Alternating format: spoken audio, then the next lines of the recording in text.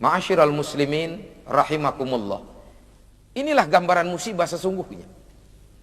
Lalu bagaimana dengan saudara-saudara kita yang di Aceh? Bukankah Aceh merupakan serambi Mekah? Nilai syariat ajaran agama Islam diterapkan di dalam. Bukankah Aceh merupakan contoh daripada provinsi-provinsi yang lain? Dan bukankah ulama-ulama yang pertama sekali menanamkan nilai ajaran Islam? Di antara para ulama-ulama yang membawa Islam, di antaranya ada ulama yang berada di serambi Mekah. Syariat Islam diterapkan, Muslim di dalamnya. Tapi kenapa ini harus terjadi? Saudara-saudara, ada beberapa hal yang harus kita jadikan sebagai pelajaran di dalam peristiwa ini. Yang pertama, jikalau Aceh sekarang sampai terjadi hal semacam ini semata-mata oleh karena Allah begitu amat sangat menyayangi hambanya yang beriman.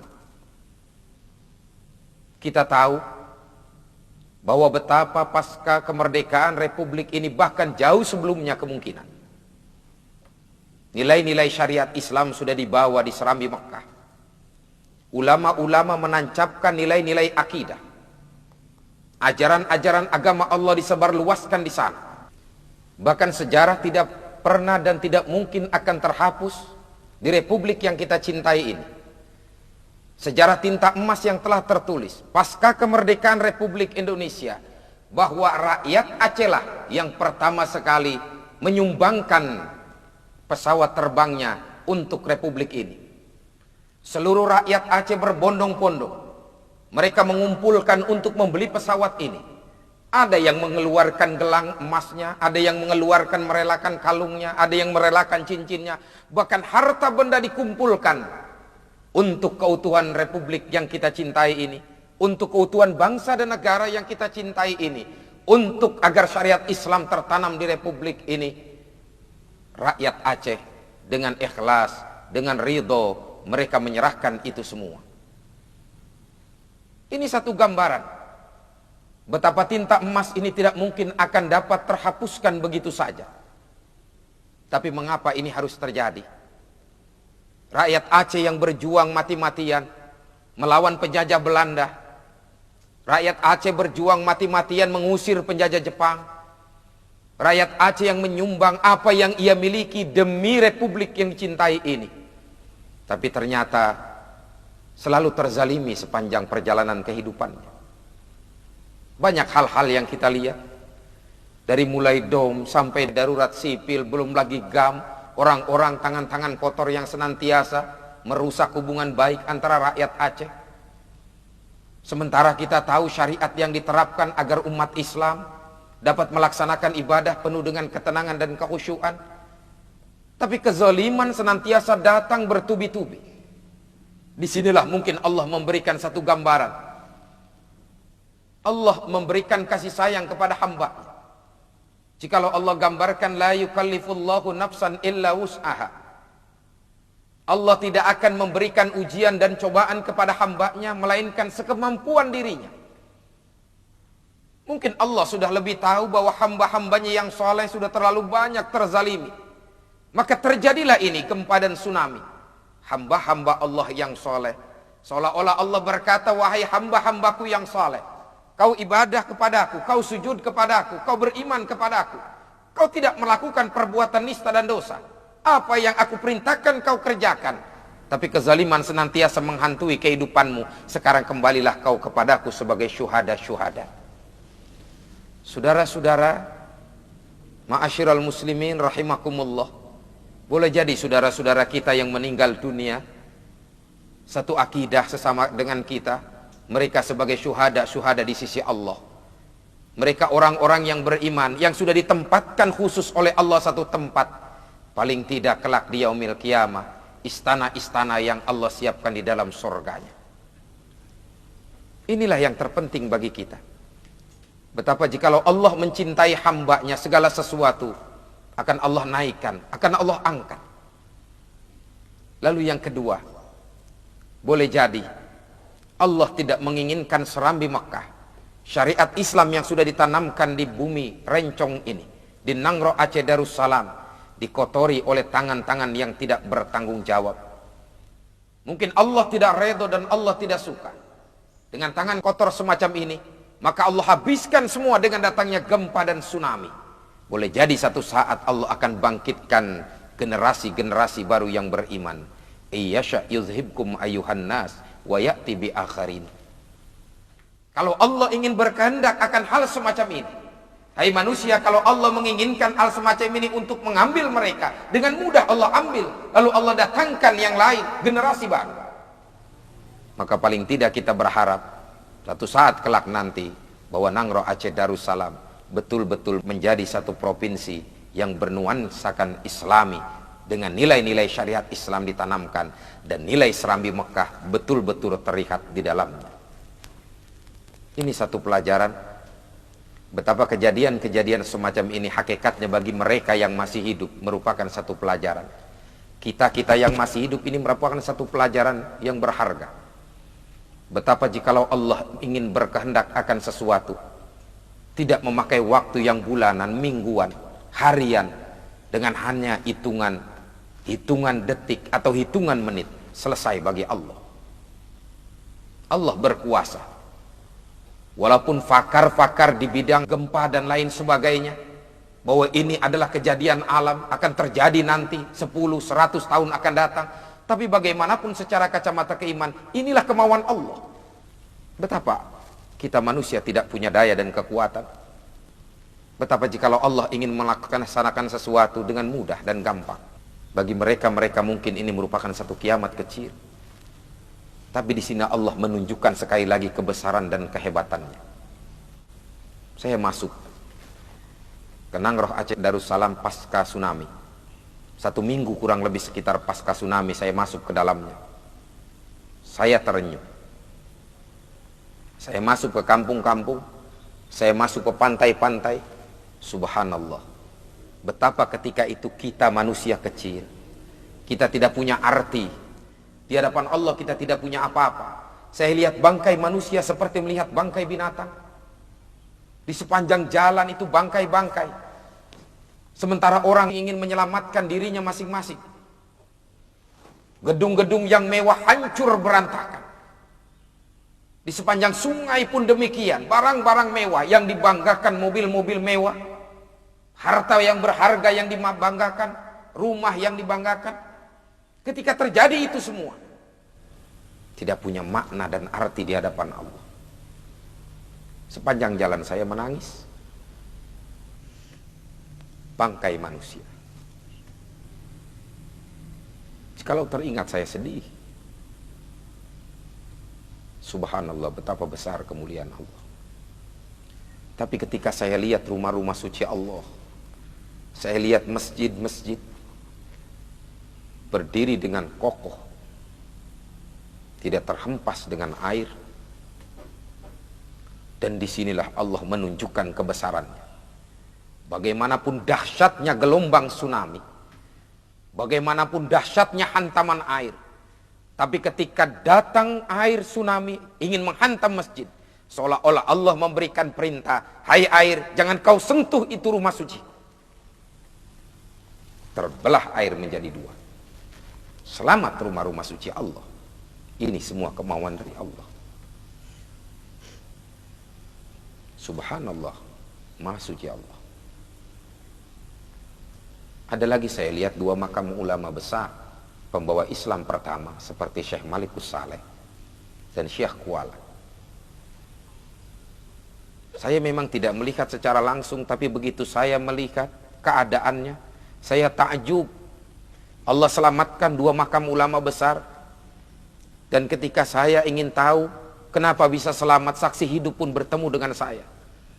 Betapa makam Syekh Malikus Saleh, ketika datang gempa banyak orang berkerumung di dalamnya. Mereka berzikir kepada Allah. Dengan izin Allah pun itu diselamatkan oleh Allah, tidak terhempas dengan air. Demikian pula makam Syekh Kuala. Ini artinya apa? Seolah-olah Allah memberikan gambaran kepada manusia, hai manusia, jikalau kau ingin selamat hidup di dunia dan di akhirat, pertama dengarkan para ulama dan para kiai, ikuti mereka. Mereka warasatul anbiya, Ikuti ajaran Quran, apa yang disampaikan menurut syariat ajaran agama. Yang kedua, hai manusia, jikalau kau ingin selamat hidup dunia akhirat, jangan kau jauh dari rumahku, sujud kepadaku. Kamu tidak punya apa-apa di hadapanku. Seolah-olah Allah memberikan satu gambaran betapa kau lihat ini keadaan Aceh. Bangunan semua terhempas rata menjadi tanah. Kau lihat bagaimana tanah yang ada menjadi rata, semuanya diratakan oleh Allah. Tapi kau lihat itu rumah suciku berdiri dengan gagah dan kokohnya. Artinya apa? Kau harus banyak sujud kepada aku dalam hidup. Introspeksi diri. Ma'asyiral muslimin rahimakumullah. Ini baru kiamat sughra. Saya tidak pernah membayangkan manakala kiamat kubra datang.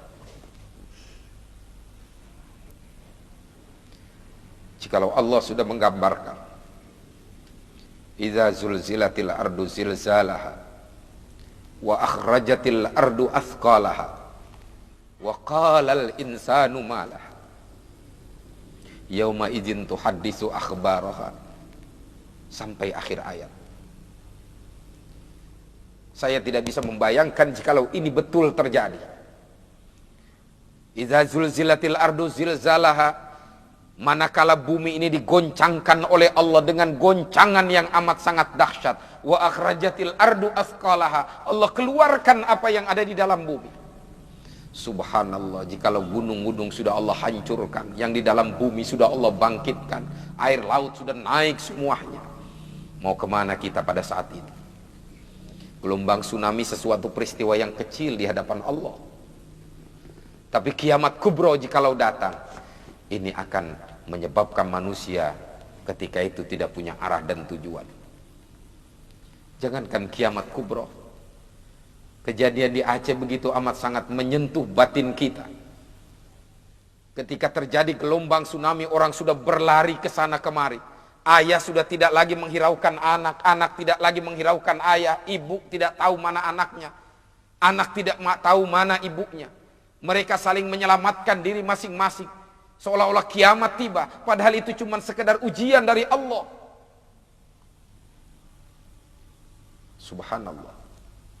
Orang sudah tidak lagi memperhatikan harta bendanya. Orang sudah tidak lagi membanggakan apa yang dia miliki, ditinggalkan semua. Disitulah kenyataannya bahwa kita hidup tidak punya apa-apa di hadapan Allah. Apa yang harus kita banggakan? Saudara-saudara, ma'asyiral muslimin rahimakumullah. Saya hanya sedikit mengetuk pribadi saya khususnya, dan saudara-saudara saya kaum muslimin pada umumnya, khususnya saudara-saudara tercinta saya di Nangro Aceh Darussalam.